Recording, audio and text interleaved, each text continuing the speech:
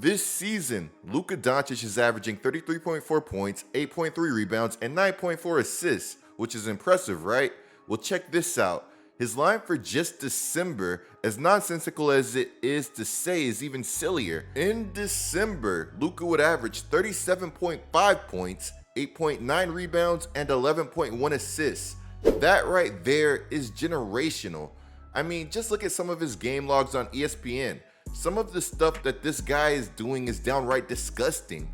Now, if I told you that coming into this season that Luka would be putting up these silly numbers and that somehow the Dallas Mavericks would still be incredibly inconsistent, then you'd probably tell me with the straightest face that this man needs more help. And the thing is that if you told me this, that you'd be absolutely right. I can't overstate how good that Luka Donic has been this season, and it's unfortunate to admit this, but his impressiveness, along with the Mavs still being largely inconsistent, shines a light on where this Mavericks team currently is. Even though they recently got stomped by 37 by a surging Jazz team that is still more than likely headed towards the lottery, I wouldn't say that the Mavericks are necessarily bad, but at the same time, I'm not going to sit here and pretend like they're great either, which has to be frustrating for a Luka Donic that has been doing historic things this season while also constantly playing through injury. And while we're here, Luka playing through injury is nothing new. This is also something that he would do this past summer, trying to make his home country of Slovenia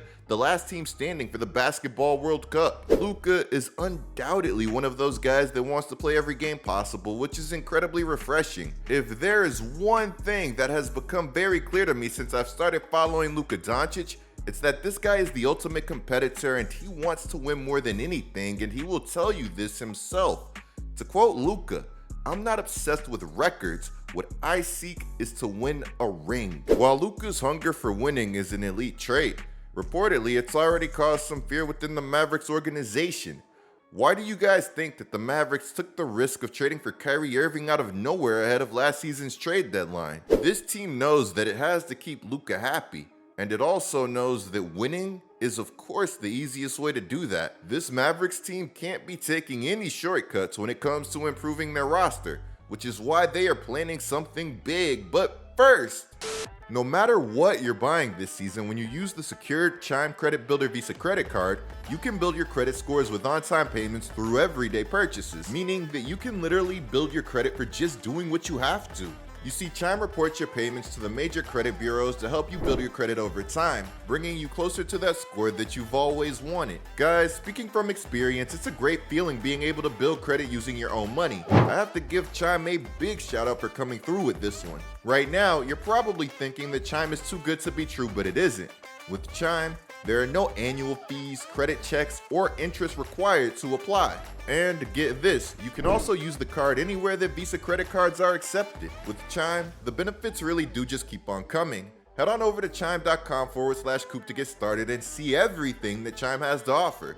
That's chime.com/coop. Mandatory disclosure.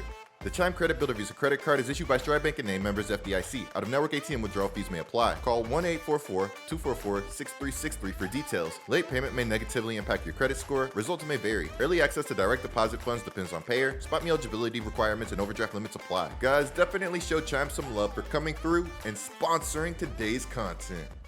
Even though the Dallas Mavericks aren't exactly tearing apart the league at the time that I'm making this content, if I was a Dallas Mavericks fan, the last thing that I would do is panic. Do you want to know why I wouldn't panic? For one, the Mavericks have Luka Donic under contract comfortably until the 2025-2026 season, which means that the Mavericks have time to figure this whole thing out.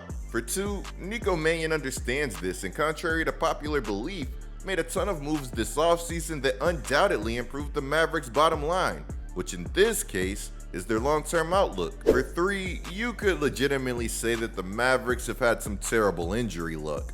For example, what are the chances of Dwight Powell falling on Kyrie Irving's leg attempting to get a rebound that he had no shot at? So while I do think that it's too early to panic, It's never too early to look at upgrading the talent that you have playing alongside your generational talent that you have to make sure to retain at all costs. With the Mavericks understanding this, we've started to see reports surface that the Mavericks may indeed be in the market for a Pascal Siakam, who may have rightfully destroyed his own market, and perhaps the possibility of him getting traded altogether. According to Mark Stein, Siakam's preference is to now play out the rest of his contract with the Raptors so that he gains full control over his next destination if he weren't to stay with Toronto. If what Mark Stein is saying about Siakam just so happens to be true, then it's clear that Ujiri definitely waited too long to make a decision on Pascal. With the Raptors failing to trade Siakam before December 30th, they've made it so that any team that trades for him can only offer him a 2-year extension.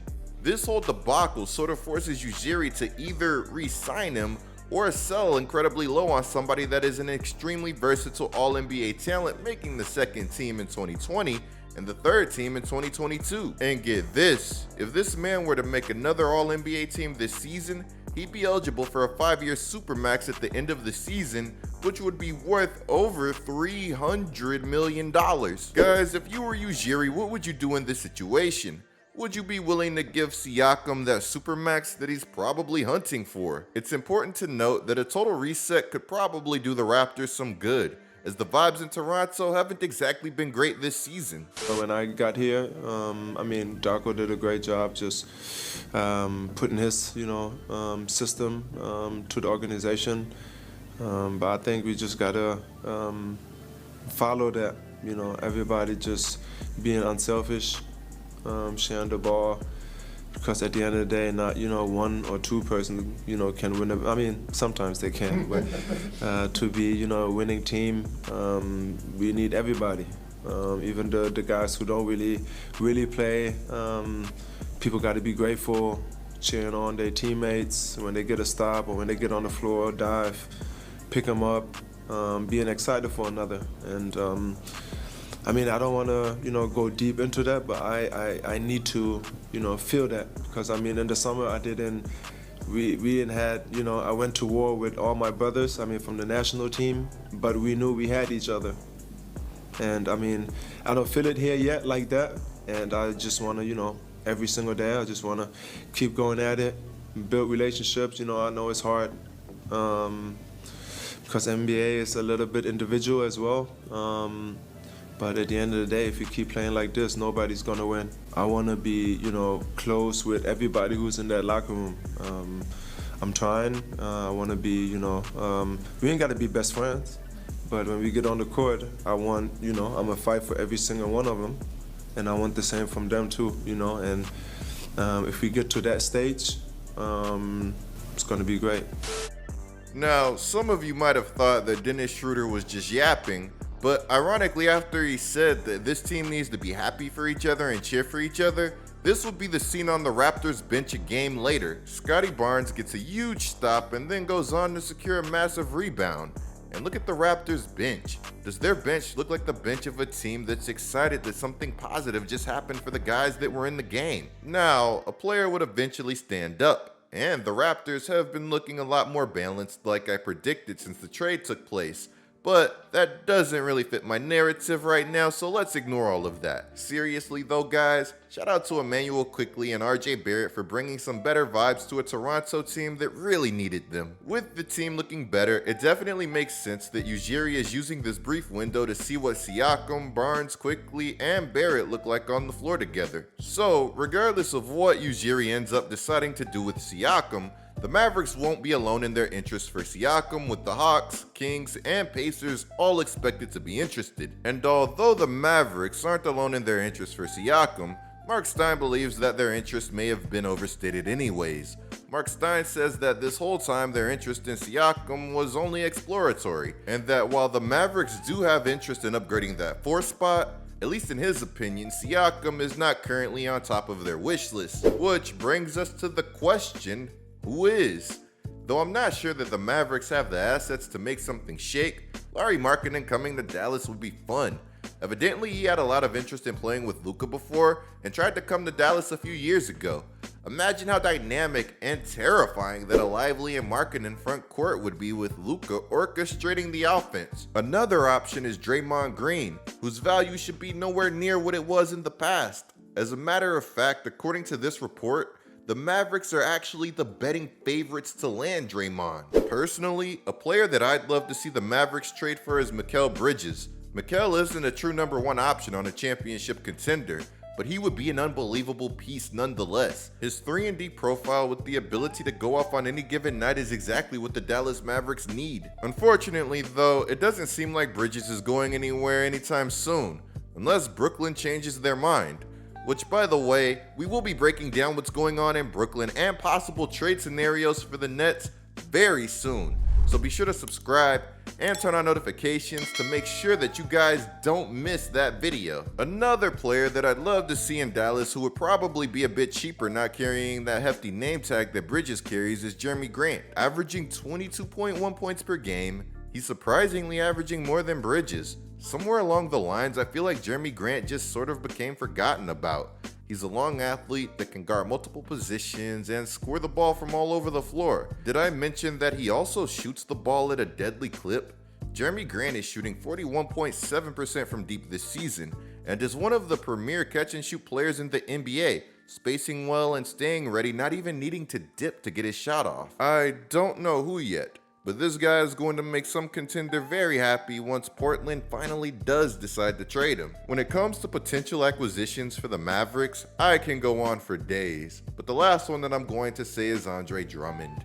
This guy has been really good for the Chicago Bulls. My only fear would now be that his price would be too high. In the comments below, let me know what players that you would like to see the Mavericks make a move for. Also, let me know how you feel about this current Mavericks team in the comments below. Do you feel like they could contend with this roster? Clicking the video on the screen right now is a great way to support my channel. I'm GetLikeCoop, bringing you guys the scoop until our next upload.